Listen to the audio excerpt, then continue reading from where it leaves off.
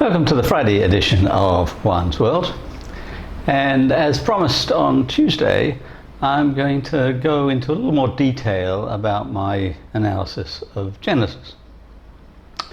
And this is what I can call an anthropological analysis of Genesis, because I'm interested in the culture that the text tells us about. So let's get into it.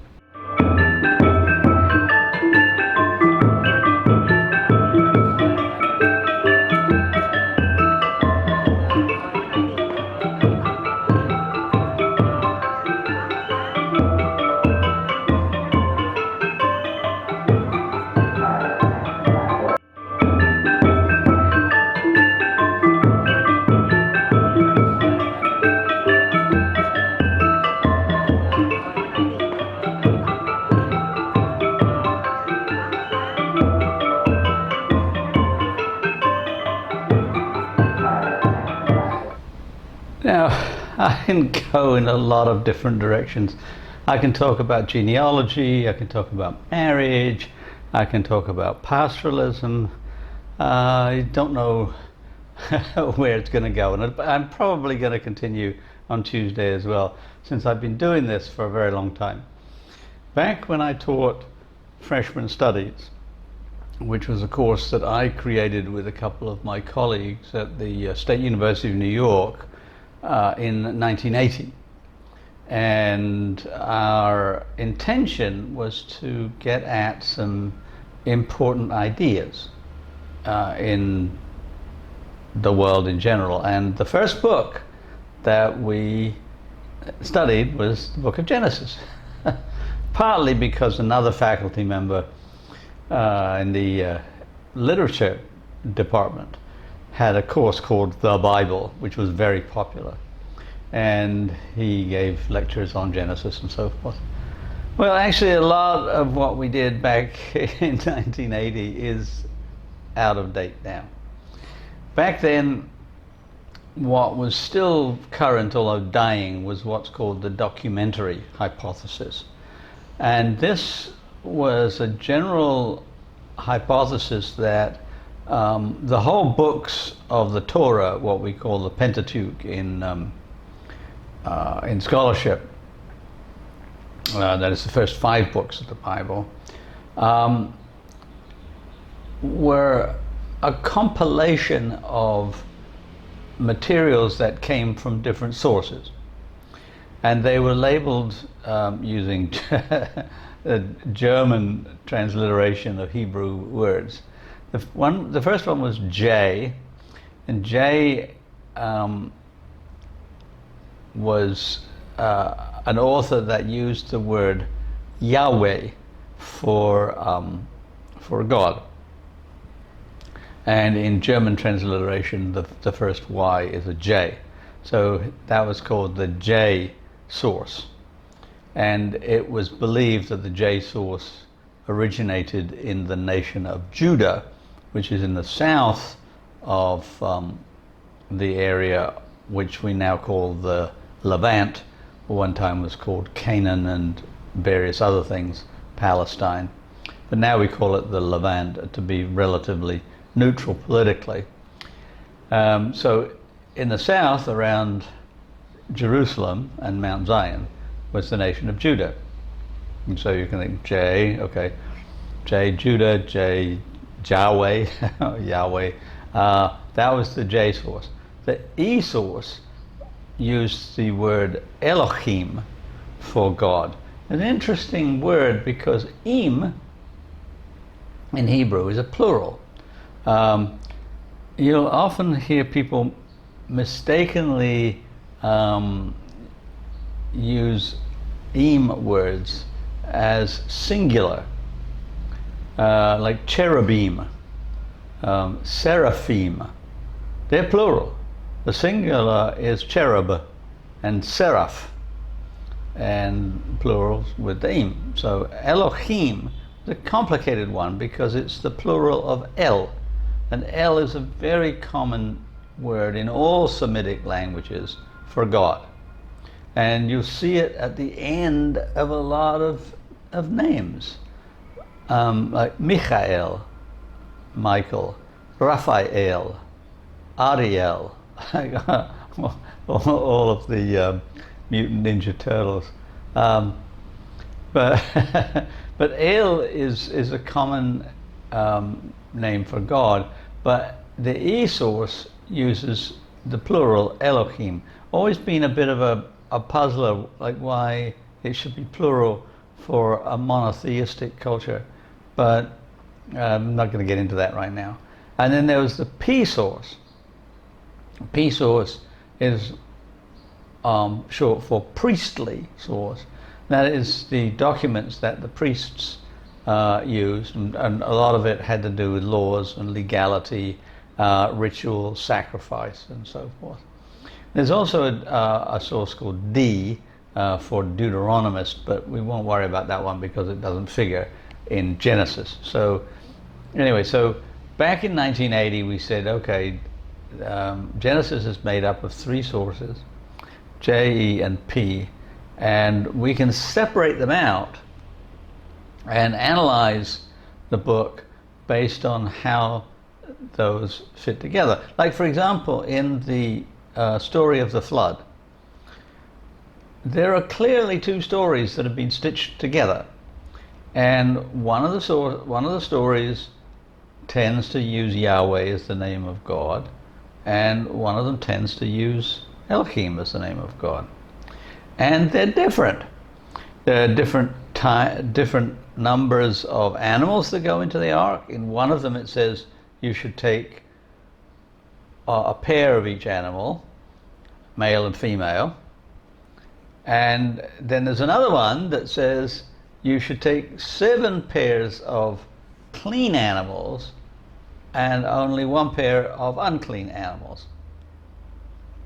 Well, that's a kind of a puzzler because we're talking about the book of Genesis, and clean and unclean doesn't come up until the book of Leviticus, which supposedly came after Genesis.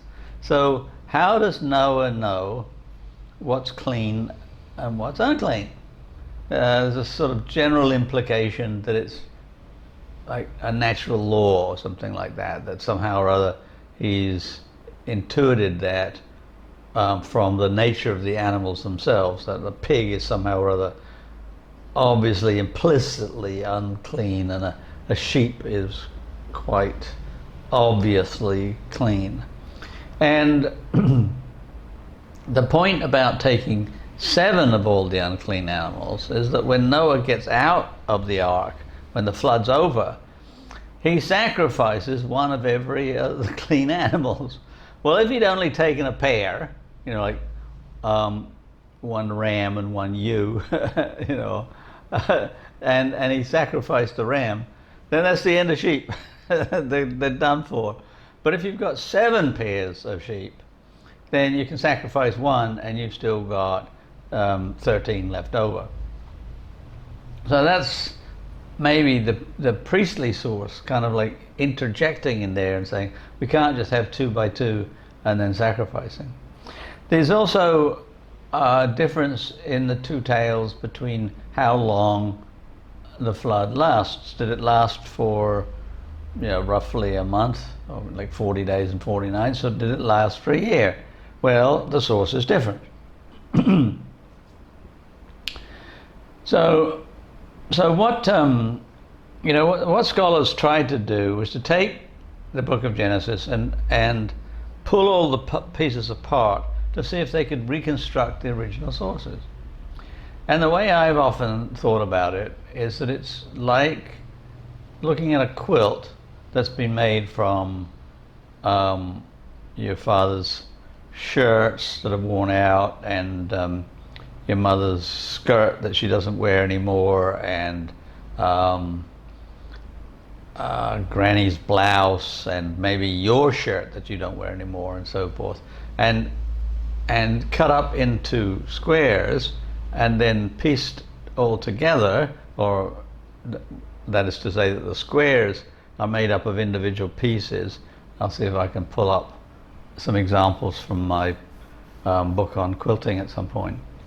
And then we can take all those pieces and somehow reconstruct the shirt and the blouse and the skirt and so forth.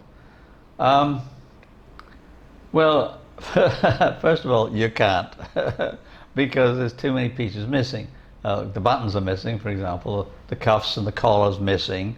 There's a lot of things that you need in order to reconstruct a shirt or a blouse or a skirt. And you are not taking into account the fact that you now have a new product. This quilt is a whole thing. It's made up of individual pieces that come from all different places, but it's now a thing to be interpreted as a whole thing. And as I mentioned last time, when you put a quilt together, you also have to bind together the various squares, and you use stitching and binding to hold them together. And that makes a totally new object. And that's what, at least a reasonable hypothesis, mine, is that the squares did come from different sources. I don't believe they came from J, E, and P. I believe they came from all manner of oral traditions. The story of creation, for example, in the first book, spilling over into the second book, chapter, I should say, chapter 1 to about chapter 2.9, something like that. That was obviously an oral poem for a long time that then got written down. Where it came from originally, I don't know. I think it probably came from some priestly source, but I don't know. But it has what's called incremental repetition in it. That it starts off with these formulae, and God said, it always begins with God's words. God spoke, and it was so. So God said, "Let there be light," and it was so. And God separated the light from the darkness, and there was evening and there was morning, the first day. Well, all of those bits are we call them increments, and they repeat. So God said, and it was so, and God saw that it was good, and there was evening and the morning, something or other day. That goes all the way through until day 7. So that's obviously some kind of oral poem that was remembered in that form and then eventually written down. So then you have a series of stories, Cain and Abel, the Garden of Eden, the fall, the flood, Tower of Babel, and so forth. Those are all small stories that are stitched together with genealogies. Now, another way you can think about it as opposed to stitching is to say that it's like a skeleton, like that it's the bones. That I want to know, how do you get from Adam to Noah? How do you get from Noah to Abraham? How do you get from Abraham to Joseph? Well, the genealogy tells you, right? This is how they're all related. So it's like the skeleton, and then you put flesh on it. So if we want to talk about Abraham, okay, let's put some flesh on that bone, the Abraham bone. Let's put some flesh on the Isaac bone, and so on. And one of the things that I was particularly interested in is the fact that the genealogies are by and large, not by and large, they are patrilineal. Patri meaning male, lineal line. So they are the male line. And they tend to emphasize what we call primogeniture. Primo, first, geniture, born. So like the firstborn gets everything. And what's curious, particularly as we move into Abraham, Isaac, Jacob, and Joseph, is that they are not the firstborn.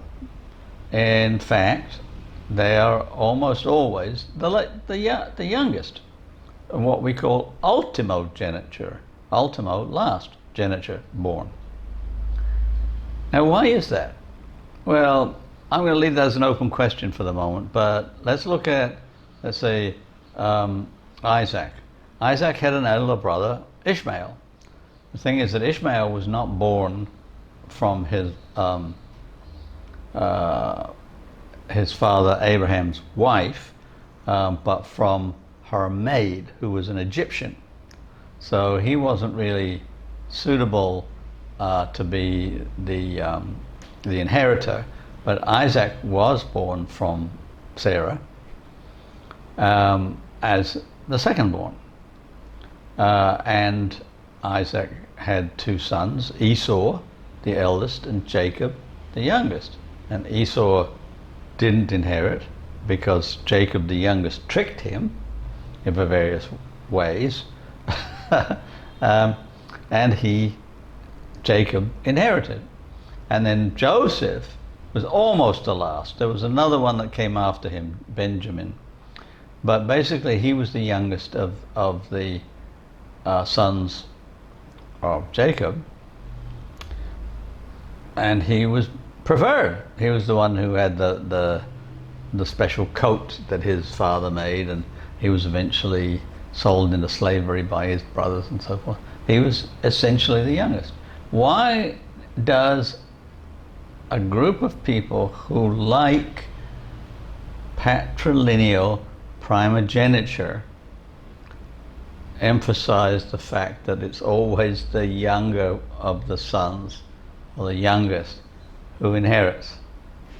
Well, one of the reasons is probably that the nations of Israel and Judah were upstarts in the Levant, and yet they wanted to prove themselves to be the best of all.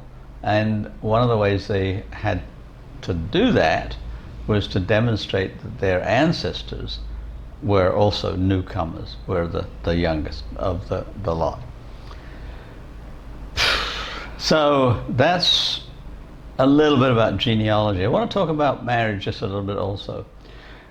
You will hear very frequently pastors in evangelical churches and politicians talking about the biblical notion of marriage. Well, what is that exactly? Yeah, they want to claim that it excludes everything except one man and one woman. And they point to Adam and Eve. Well, Adam and Eve weren't married. There's no place in Genesis that said, and they went to church and got married. First of all, because there were no churches. And there were no priests. So did God marry them? Well, it doesn't say it in Genesis. What it says is that Eve was taken out of the body of Adam. Like they were one flesh. And it almost sounds like something out of Plato, where you get this impression that they went back together as one flesh, that is sexually, because they became one flesh when they had sex, but they were born of one flesh. So they've always been one flesh. So they're not married in a conventional sense. They're conjoined at the rib. And then what happens after that?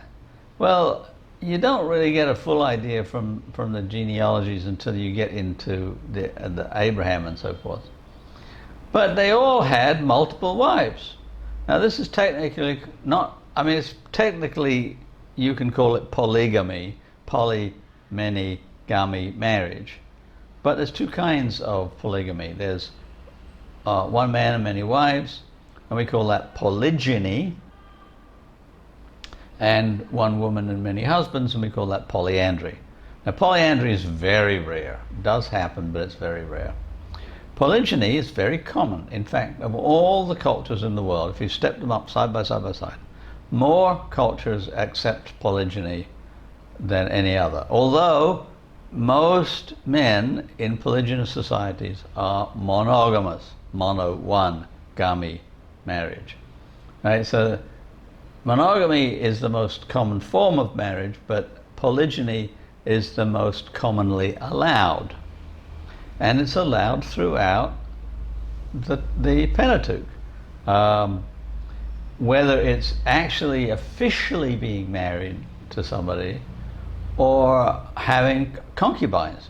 That is, people, women that you are not officially married to, but you have a certain right to have sex with. And Jacob's a great example. Jacob had two wives, right? He had Leah, the eldest wife, and Rachel, the youngest wife. And Leah was very fertile. She had lots and lots of sons. And Rachel, for a long time, didn't have any. So what Rachel did was she gave her handmaid to Jacob as a concubine. And she got pregnant multiple times. And the thing is that if Rachel accepted those sons as hers, then they were as legitimate as if they'd come out of her body.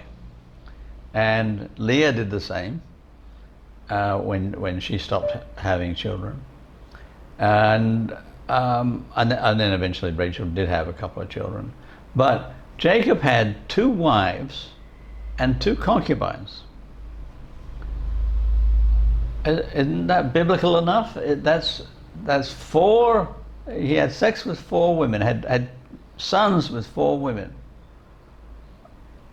Seems like a perfectly acceptable definition of biblical marriage as far as I'm concerned. Or a really, really difficult one for most politicians, and they tend not to even pay attention to it. When Lot and his wife were in Sodom, and God had put a curse upon Sodom and said he was going to rain down fire and brimstone, and they had to get out of there. So Lot left, and Lot's wife was told she must not look back, but she did look back, and she got turned into a pillar of salt.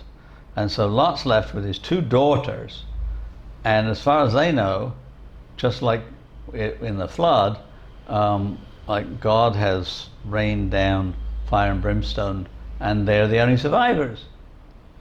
So Lot's daughters get him drunk twice, and first the eldest and then the youngest sleep with him, and they both have sons. And those sons are not considered to be illegitimate, even though they're the product of incest. They are the fathers of great nations, the neighbors of Israel. What about that? Can we include that? I mean, there's a lot of talk these days about banning books, and the people who want to protest the book banning say, well, we should ban the Bible because it condones father-daughter incest. I mean, it sort of doesn't. It doesn't totally condone it because the daughters have to get him drunk because he's not going to do it sober. But on the other hand, the sons are not treated as somehow outcasts. They're mighty nations. So when we look at Genesis in that light, we've got to ask, where did monogamy come from? Because it did eventually. I mean, the Judeans eventually became monogamous. And once we're on it, the Pentateuch very specifically, and the Gospels, so it's not just the Hebrew Bible, it's a Greek Bible as well, condemn divorce.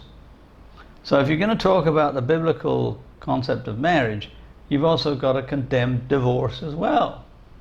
And I'm sure a lot of these politicians are divorced, even though they're saying the biblical definition of marriage. You know, they've been divorced and remarried, you know, once or twice, and that's okay, but that's not what the Bible says. So I'm going to continue this next time, I think, but it should get you started. You've got to, in order to understand Genesis, you've got to read the whole book. You can't just go to church on Sunday and get little snippets, that, you know, like a little bit of the Cain and Abel story, or a little bit of the fall or the flood or whatever. You've got to get the whole picture. And I'm going to give you some parts of the book of Genesis that you probably don't hear terribly often, and maybe you've never heard of at all, but they are an intrinsic part of the book. Meanwhile, please tell your friends about my videos, please like, please subscribe, and have a wonderful weekend.